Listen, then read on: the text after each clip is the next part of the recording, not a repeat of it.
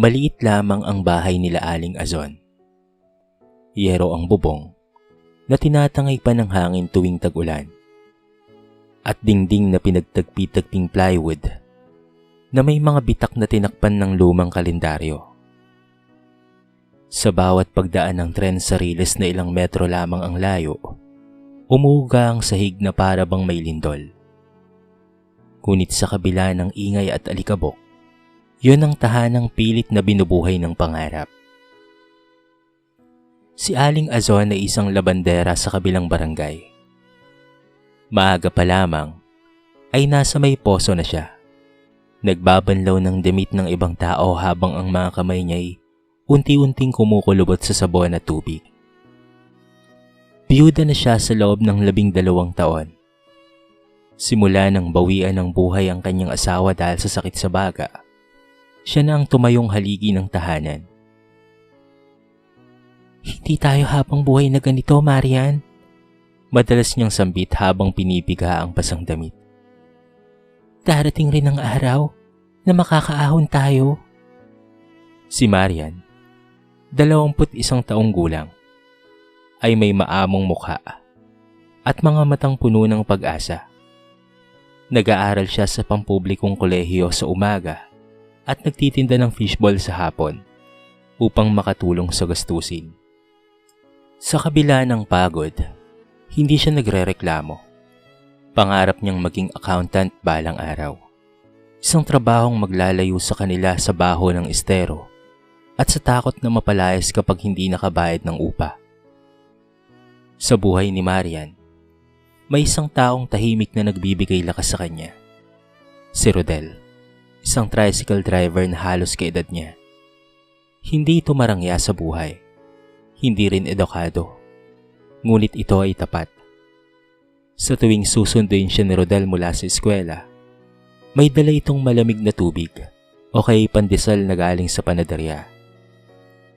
Konting tiis lang, Marian, sabi ni Rodel minsan, habang magkatabi silang nakaupo sa bangketa. Pag nakaipon ako, makakapagpatayo rin tayo ng maliit na bahay, kahit hindi malaki, basta sarili natin. Ngumiti si Marian noon. Ngunit sa loob-loob niya, alam niyang napakalayo pa ng pangarap na yon. Isang hapon, may humintong itim na sasakyan sa tapat ng kanilang eskinita. Bumaba roon ang isang lalaking nakasuot ng polo at mamahaling relo. Makinis ang balat nito at mabango ang presensya. Siya ay walang iba kung hindi si Jasper. Napalingon ng mga kapitbahay.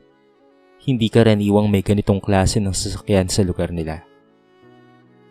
Dito ba nakatira si Marian? Magalang na tanong nito. Napatayo si Aling Azon mula sa kanyang pagwawalis. Hindi niya maiwasang mapatingin sa sapatos nitong tila hindi pa nakakatapak ng putik kailanman. Ako po ang nanay niya, sagot niya. Medyo nahihiya sa itsura ng kanilang bahay. Ngumiti si Jasper at iniabot ang isang paper bag. Pasalubong ko po. Gusto ko lang po sanang makilala si Marian. Pagdating ni Marian, halos hindi siya makapaniwala. Kilala niya si Jasper bilang anak ng may-ari ng malaking store, kung saan minsan siyang bumili ng school supply. Hindi niya akalaing mapapansin siya nito. Nang gabing iyon, habang binibilang ni Aling Azon ang laman ng paper bag, mga imported na tsokolate at prutas, may kakaibang kislap sa kanyang mga mata. Anak, maingat niyang sabi. Mukhang mabait naman si Jasper at mukhang may kaya sa buhay. Pero ma, may boyfriend na po ako, mahinang sagot naman ni Marian. Tahimik si Aling Azon sandali. Saka bumuntong hininga. Mabuti si Rodel, oo. Pero sapat ba ang kabutihan kung gutom naman ang sikmura? Parang may malamig na tubig na ibinuhos sa dibdib ni Marian. Sa labas, tumaan ang tren. Umalingaw ang ingay ng kanilang bubong. Tumingin siya sa kisame na may butas na tinatakpan ng plastik tuwing umuulan. Sa unang pagkakataon ay napaisip siya. Pag-ibig ba ang pipiliin niya o ang pagkakataong makaahon sa hirap? Hindi kaagad nakatulog si Marian. Paulit-ulit sa isip niya ang tanong ng kanyang ina. Sa kabilang dulo ng manipis nilang dingding, naririnig niya ang mahinang pag-ubo ni Aling Azon. Alam niyang inuubo ito tuwing napapagod sa paglalaba. Ngunit hindi nagpapatingin sa doktor dahil mahal ang bayad. Kinabukasan, habang nag-aalmusal sila ng tuyo at sinangag, muling nagsalita si Aling Azon. Anak, hindi ko sinasabing hiwalayin mo si Rodel ha? Maingat niyang panimula. Pero wala namang masama kung kakausapin mo si Jasper. Makipagkilala ka lang. Anong malay mo? Siya na ang sagot sa dasal natin. Naman, nag-aalinlangan si Marian. Parang mali naman po yun. Anong mali dun? Mas mali ang manatiling mahirap kung may pagkakataon namang umangat. Mabilis na sagot ng kanyang ina. Hindi habang buhay malakas ako, anak. Paano kung tuluyan akong magkasakit? Tumahimik si Marian. Alam niyang may katotohanan ang sinasabi ng kanyang ina. At sa kahinaan ng sandaling iyon, pumayag siya. Ilang araw ang lumipas at naging madalas ang pagpunta ni Jasper. Hatid sundo siya sa eskwela gamit ang kotse nitong makintab na tila hindi naapektuhan ng alikabok ng Maynila. Dinadala siya sa mga restaurant na dati nakikita lamang niya sa social media. Sa unang pagkakataon, natikman niya ang steak. Nakagamit ng kubyertos na hindi kutsara at tinidor na mumurahin. At nakaupo na sa lugar na may malamig na hangin mula sa aircon. Deserve mo to, sabi ni Jasper habang nakatitig sa kanya. Hindi ka bagay sa hirap. Unti-unting nalalaso ng puso ni Marian ng mga salitang iyon. Hindi niya namalayang mas madalas na siyang ngumiti sa tuwing kasama si Jasper. Samantala, si Rodel ay nagtataka. Dati siya ang naghahatid kay Marian. Ngayon ay may kotse ng sumusundo rito. Isang hapon, nadatnan niya silang magkasamang bumababa sa sasakyan. Marian, mahinang tawag niya. Nagulat naman si Marian. Rodel, may lakad lang kami. Pasensya ka na. Tayo dapat ang may lakad ngayon, sagot ni Rodel. Pilit na pinipigil ang lungkot sa boses. Lumapit si Jasper. Nakataas ang noo. Pasensya na pare ah. Busy siya eh, kaya huwag mo nang istorbohin kung maaari. Parang sinampal si Rodel sa paraan ng pagsasalita nito. Ngunit hindi siya sumagot. Tahimik siyang umalis. Dala ang bigat sa kanyang dibdib. Kinagabihan, nagkaroon sila ng pagtatalo ni Marian. May iba ka na ba? Tanong ni Rodel. Nanginginig ang boses. Hindi naman sa ganon. Depensa ni Marian. Nakikipagkilala lang ako. May boyfriend ka na, Marian. Ano bang ibig mong sabihin? Ako ang boyfriend mo. Sagot niya, na halos pabulong. Hindi makatingin si Marian. Sa isip niya ang imahe ng kanilang bahay na may butas sa bubong. Ang gamot na hindi mabili ng kanyang ina. At ang pangarap na tila napakalayo. Sa labas, umuulan. Pag-isa si Rodel sa kanyang tricycle habang bumubuhos ang malakas na patak ng ulan. Hindi niya alam kung alin ang mas masakit. Ang lamig ng gabi o ang unti-unting paglayo ng babaeng minahal niya ng buong puso. Sa loob ng bahay, si Aling Azon ay tahimik na nakatanaw sa labas. Mula roon ay kita niya si Rodel na nakayuko sa manibela. Maya-maya ay nagsalita siya. Anak, sabi niya kay Marian, huwag kang magpapaapekto sa awa ha. Isipin mo ang kinabukasan mo. Ngunit sa kaibuturan ng puso ni Marian, may munting tinig na nagsasabing may kapalit ang pahintulot na yon. At baka mas mahal pa kaysa sa inaakala niya. Mas naging malinaw ang pagitan ni Marian at Rodel sa mga sumunod na linggo. Kung dati magkahawak sila ng kamay sa bawat paglalakad pauwi, ngayon ay tila estranghero na lamang silang nagkakasalubong sa parehong kalsada. Isang gabi, hinintay ni Rodel si Marian sa labas ng kanilang bahay. Hindi siya umalis kahit paulit-ulit ang pagdaan ng tren at ang pagtilamsik ng putik mula sa mga dumaraang sasakyan. Kailangan niyang marinig ang totoo. Pagdating ni Marian, Bumaba siya mula sa kotse ni Jasper. May dala na naman siyang paper bag. Mamahaling pagkain na hindi nila kayang bilhin kahit 1 linggong pasada ang ipunin ni Rodel. "Pwede ba kitang makausap?" Mahinang sabi ni Rodel. Napatingin si Jasper sa kanya, sakang umiti ng may bahid ng panlalait. 5 minutes lang ha, sabi nito bago sumakay muli sa kotse. Lumayo si Marian ng kaunti kay Rodel. Nanginginig ang kamay ng binata. "May nagbago na ba?" Diretsyong tanong niya. Tahimik si Marian. Ramdam niya ang bigat ng bawat segundo.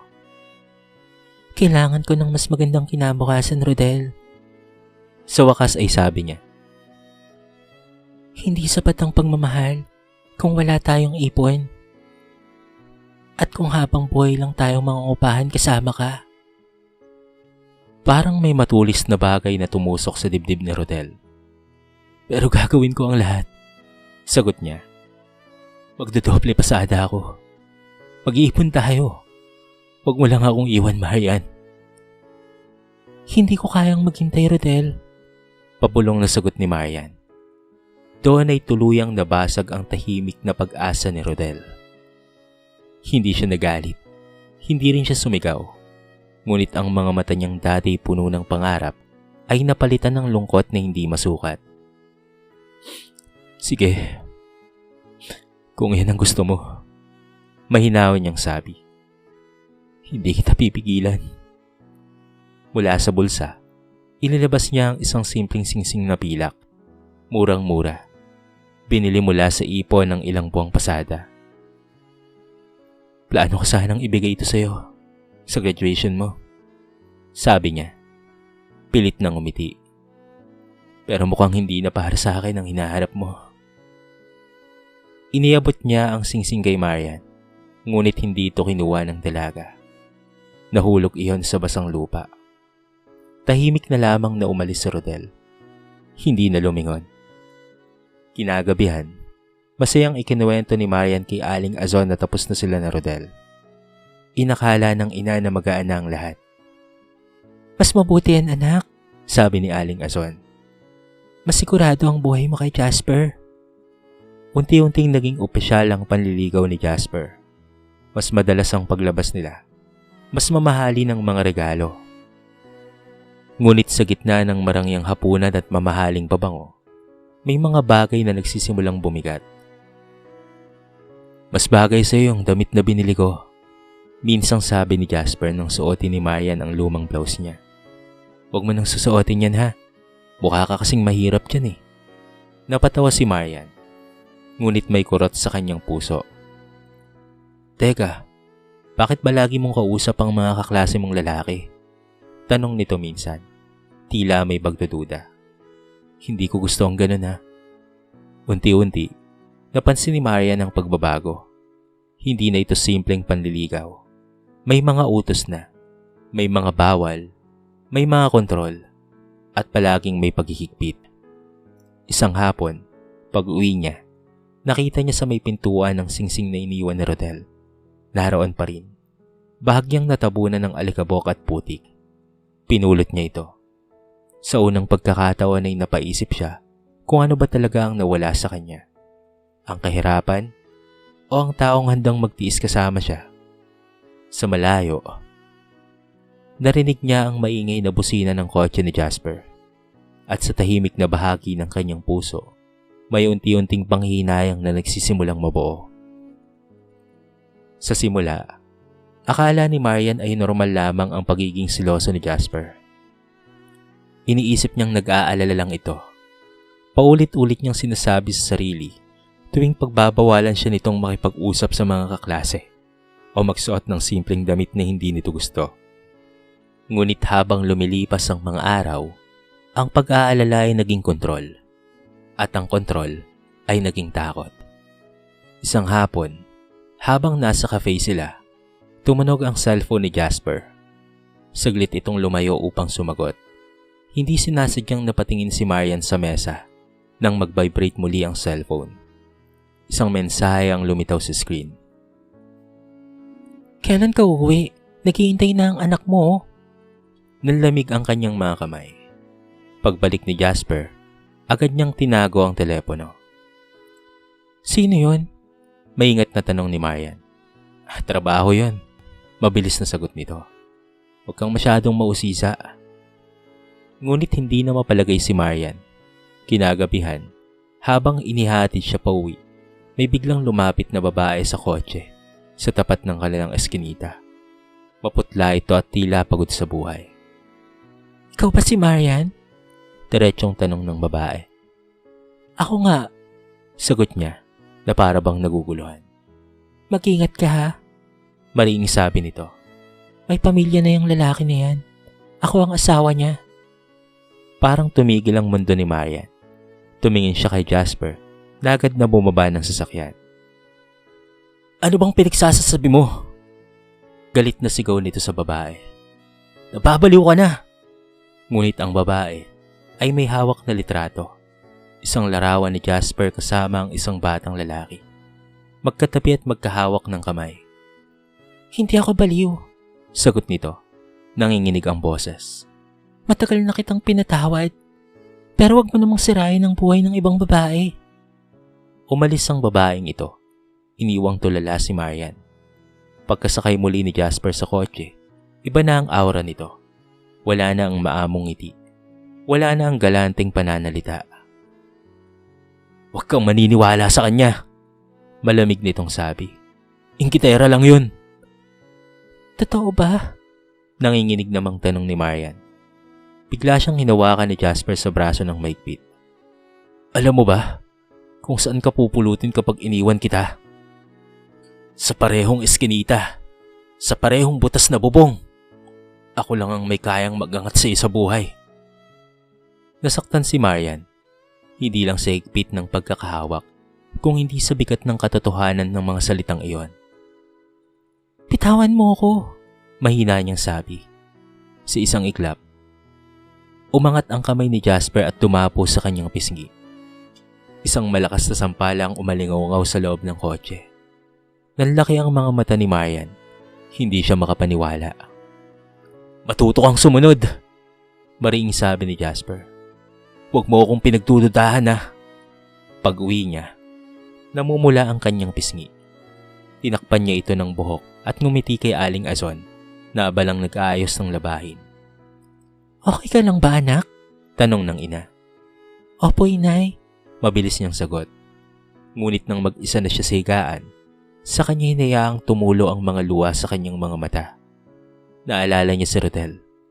Ang mga kamay nitong marahan lamang humawak sa kanya. Ang mga salitang puno ng respeto. Ngayon, malinaw na sa kanya. Hindi lahat ng kumikislap ay ginto.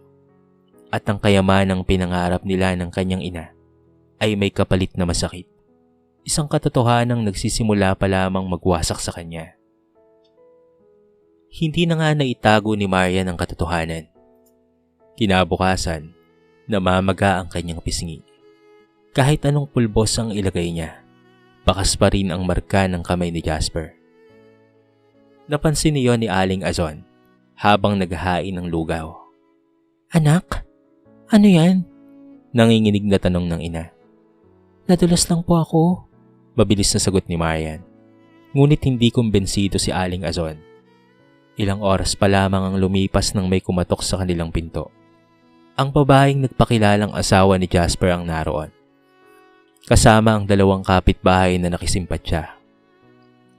Gusto ko lang malaman ninyo ang totoo, diretsong sabi ng babae. May pamilya na si Jasper, may anak, at hindi lang siya nananakit sa salita, pati sa pisikal. Parang gumuho ang mundo ni Aling Azon. Napaupo siya sa monoblock chair na tila nawala ng lakas. Hindi maaari, bulong niya. Mabait si Jasper, tinutulungan niya kami. Sadyang ganun lang talaga yon. Mabait kapag may nakukuha, sagot ng babae. Pero kapag sawaan na siya, iwan rin niya kayo. Pagkaalis ng mga bisita, napaharap si Aling Azon kay Marian. Doon na bumuhos ang lahat. Ma, sinampal niya ako. Umiyak na pag-amin ni Marian. May asawa siya ma. At may anak. Napahawak si Aling Azon sa dibdib. Hindi niya alam kung galit o hiya o pagsisisi ang mas matindi. Ako ang may kasalanan, anak.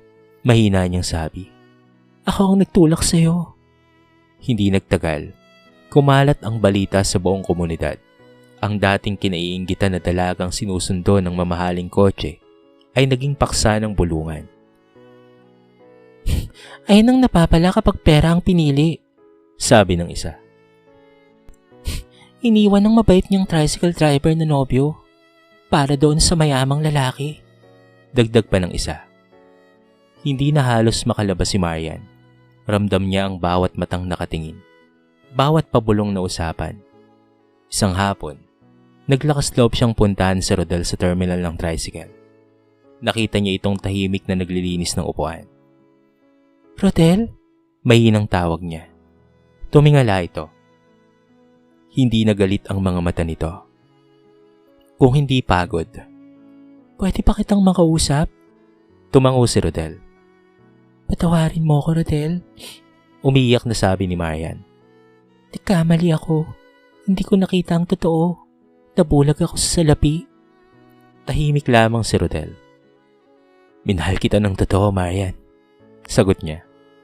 Pero hindi madaling burahin ang sakit nun. Wala siyang pangakong ibinigay. Wala ring galit. Ngunit malinaw na may sugat na hindi kaagad naghihilom. Pag-uwi ni Marian, nadatnan niyang nakahiga si Aling Azon. Namumutla at hinihingal. Dinapuan ito ng matinding pananakit ng dibdib dahil sa stress at hiya. Habang hawak niya ang kamay ng ina sa maliit na klinika, doon tuluyang bumagsak ang bigat ng lahat. Hindi lang niya nasaktan ang sarili niya. Nasaktan niya ang taong nagmahal at naniwala sa kanya. At higit sa lahat, nasaktan niya ang inang ang tanging hangad lamang ay magandang buhay para sa kanya, kahit mali ang piniling paraan. Kinagabihan, mag-isa siyang pumasok sa simbahan. Lumuhod siya sa harap ng altar. Hawak ang simpleng singsing na minsang iniabot ni Rodel. Panginoon, pulong niya sa pagitan ng higpi. Bigyan mo po ako ng lakas para itama ang lahat. Sa gitna ng katahimikan, ramdam niya ang bigat ng pagbagsak. Ngunit sa pinakamalalim na pagkawasak, may munting pag-asa ring gumikislap na baka sa tamang pagsisisi, may pagkakataon pang makabangon. Hindi naging madali ang mga sumunod na buwan. Matapos ang nangyari kay Jasper, tuluyan na itong hindi nagpakita. May mga balitang may kaso raw ito sa negosyo at umalis papuntang probinsya. Ngunit para kay Marian, hindi sapat ang pagkawala nito para mapura ang sugat na iniwan. Mas pinili niyang harapin ang realidad. Nagdesisyon siyang mag-focus sa pag-aaral. Kung dati hati ang isip niya sa relasyon at pangarap, ngayon ay malinaw na ang direksyon niya. Tuwing umaga, pumapasok siya sa klase ng maaga. Tuwing hapon, mas dinadagdagan niya ang oras ng pagtitinda. Kahit masakit ang mga bulungan ng ilan, natuto siyang huwag pansinin. Hayaan mo na lang sila, Marian. Minsang sabi ng kaklase niya na nakakaalam ng katotohanan. Ang mahalaga ay bumabangon ka. Sa barangay, naglakas loob si Marian na lumapit sa woman's desk upang magtanong patungkol sa maaari niyang gawin laban sa pananakit ni Jasper. Kahit wala na ito, gusto niyang matutong ipaglaban ang kanyang sarili. Hindi mo kasalanan ang ginawa niya, Iha, sabi ng babaeng opisyal. Ang mahalaga, alam mo na ngayon ang halaga mo. Unti-unting bumalik ang kumpiyansa ni Marian. Hindi dahil may lalaking nagbibigay ng mamahaling regalo sa kanya, kung hindi dahil kaya niyang tumayo sa sarili niyang mga paa. Samantala, si Aling Azon ay tila mas tumanda sa loob lamang ng ilang buwan. Ngunit kasabay ng panghihinayang ay ang pagkamulat. Anak, minsang sabi niya habang pinapanood si Marian na nagre-review sa mesa. Patawarin mo ako, anak, ha? Akala ko pera ang sagot sa lahat. Hindi ko nakita na mas mahalaga ang dignidad. Ngumiti si Marian at hinawakan ang kamay ng ina. Hindi po tayo perpekto, ma. Pero pwede pa tayong magbago. Sa kabilang banda, Si Rodel ay tahimik pa ring dumaraan minsan sa kanilang eskinita. Hindi na ito lumalapit. Ngunit isang hapon, nang masira ang ilaw sa labas ng bahay nila, may kumatok. Pagbukas ni Marian, naroon si Rodel. May dalang bagong bombilya. Nakita kong madilim. Simpleng sabi nito. Walang halong panliligaw. Walang pangako. Tanging isang tahimik na kabutihan. Habang inaayos nito ang ilaw, napansin ni Marian ang pagod sa mukha nito. Ngunit mas matatag kaysa dati. May balita siyang narinig na nagsisimula raw itong mag-ipon para sa maliit na motor part shop. Salamat, mahina niyang sabi. Tumango lang si Rodel. Ingat ka na lang palagi. Hindi man sila nagkabalikan, may respeto namang bumabalik sa pagitan nila. Tumating ang araw ng graduation ni Marian. Sa simpleng gymnasium ng paaralan, suot niya ang toga na ilang beses niyang iniyakan sa pagod at pagdududa. Habang tinatawag ang pangalan niya, tumingin siya sa audience. Naroon si Aling Azon, nakaupo sa pinakadulo, nakasuot ng lumang bestida, ngunit may ngiting puno ng pagmamalaki. Umiiyak ito habang pumapalakpak. Sa sandaling iyon, naunawa ni Marian ng isang bagay. Hindi kailanman nasusukat ng pera ang tagumpay. Minsan, ang tunay na pag-angat ay ang kakayahang bumangon mula sa sariling pagkakamali. At habang hawak niya ang kanyang diploma, ramdam niyang hindi na siya ang dating dalagang nalinlang ng kinang ng kayamanan. Mas matatag na siya ngayon. Mas malinaw na ang kanyang halaga at handa na siyang simulan ng bagong yugto ng kanyang buhay. Hindi para patunayan ang sarili sa iba, kung hindi para ikalang ang sarili niyang puso. Lumipas ang maraming taon. Hindi na pareho ang eskinita, ngunit hindi pa rin ito marangya. May ilan ng konkretong dingding, may bagong pintura ang ilang bahay, ngunit naroon pa rin ang alikabok, ang ingay ng tren, at ang mga batang naglalaro sa gilid ng riles. Ngunit sa loob ng maliit na bahay nila Aling Azon, meron ng pagbabago. Si Marian ngayon ay nagtatrabaho bilang junior accountant sa isang maliit na kumpanya sa Maynila. Hindi pa kalakihan ang sahod, ngunit sapat para makabayad sila ng upa sa mas maayos na tirahan. Hindi na tumutulo ang bubong tuwing umuulan. Nakabili na rin siya ng maintenance na gamot para sa kanyang ina. Ito rin ang dahilan kung bakit hindi siya nakakaipon ng malaki. Isang hapon, nakatayo siya sa labas ng lumang bahay na minsang naging saksi ng kanyang pagkakamali. Pinuntahan niya yon upang balikan ang alaala. Hindi para masaktan, kung hindi para magpasalamat sa mga aral. Lumabas si Aling Azon dala ang 2 baso ng malamig na tubig. Malayo na ang narating mo, anak, sabi nito. May bahid ng emosyon ng boses. Kung hindi dahil sa pagkakamali natin, baka hindi tayo natuto. Ngumiti si Marian. Masakit po, pero kailangan. Sa kabilang kanto, may maliit ng motor part shop na may simpleng tarp na may nakasulat, Rodel's Auto Supply. Hindi ingrante, pero malinis at maayos. Nasa loob si Rodel, abala sa pag-ayos ng mga piyesa. Napansin siya ni Marian. Nagkatinginan sila. Walang bigat, walang galit. Tanging alaala ng 2 taong minsang nasaktan. Ngunit natutong tumayo muli. Lumapit si Marian sa shop. Congratulations ha, sabi niya. Ang tinutukoy niya ay ang negosyo ng binata. Ngumiti si Rodel. Salamat. Pinakirapan ko rin to, kaya kahit papano ay nakapagpatayo ng ganito. Tahimik ang ilang segundo. Ngunit hindi na yun awkward na katahimikan. Isa yung katahimikang may paggalang. Masaya ako para sa'yo, dagdag ni Marian. At ako rin para sa'yo, sagot ni Rodel. Narinig ko na accountant ka na raw. Tumango naman siya bilang tugon. Hindi nila pinag-usapan ang nakaraan. Hindi na kailangang hukayin ng sugat na matagal nang naghihilom. Mas mahalaga ang mga taong naging sila dahil sa pinagdaanan. Habang pauwi si Marian, napangiti siya. Noon inakala niyang ang tunay na kayamanan ay kotse, mamahaling regalo at marangyang hapunan. Ngayon, Alam na niya ang totoo.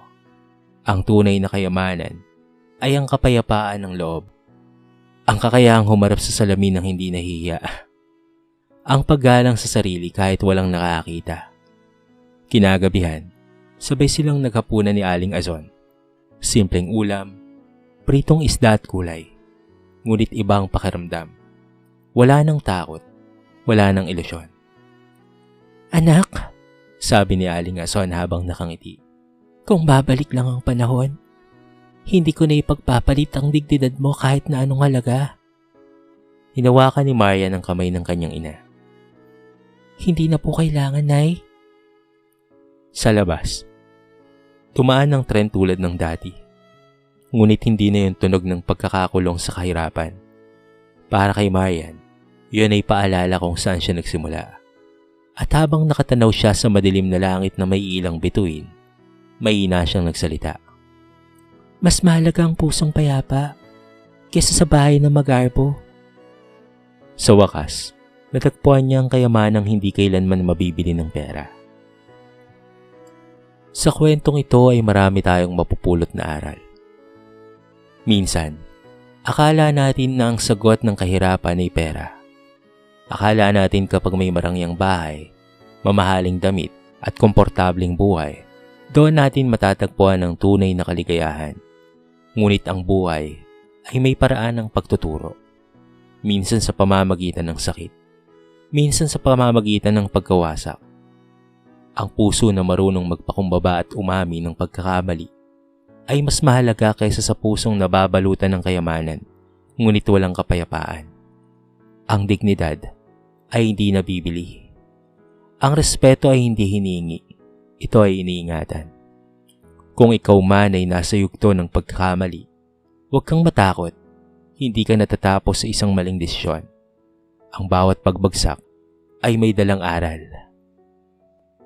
Ang bawat luha ay may dalang lakas, at ang bawat sugat ay may kakayahang maghilom. Huwag mong ipagpalit ang sarili mong halaga sa kinang ng panandalian lamang. Piliin mo ang pag-ibig na marangal. Piliin mo ang landas na mapayapa ang konsensya. Piliin mo ang buhay na may prinsipyo. Dahil sa uli, ang tunay na kayamanan ay hindi nasusukat sa laman ng bulsa, kung hindi sa tibay ng puso at linaw ng budhi. Dito na po nagtatapos ang ating maiksing kwento sa araw na ito. Sana po ay nagustuhan nyo. At sana po ay kinapulutan nyo ng maraming aral. Kayo mga kabarangay, ano po ang masasabi nyo sa ating kwento? I-comment nyo naman po sa baba ang inyong mga reaksyon. At babasahin natin ang lahat ng yan. I-comment nyo na rin kung taga saan kayo. Para naman malaman ko kung hanggang saan nakaabot ang video na ito. Paki-like and share na rin po ang ating kwento para mapakinggan rin ng iba. At kung bago ko pa lamang sa ating channel, baka naman pwedeng pakita ang subscribe button at bell notification button para palagi kang updated sa mga bago nating upload na katulad nito. So paano mga kabarangay? Hanggang sa muli, thank you so much and peace out!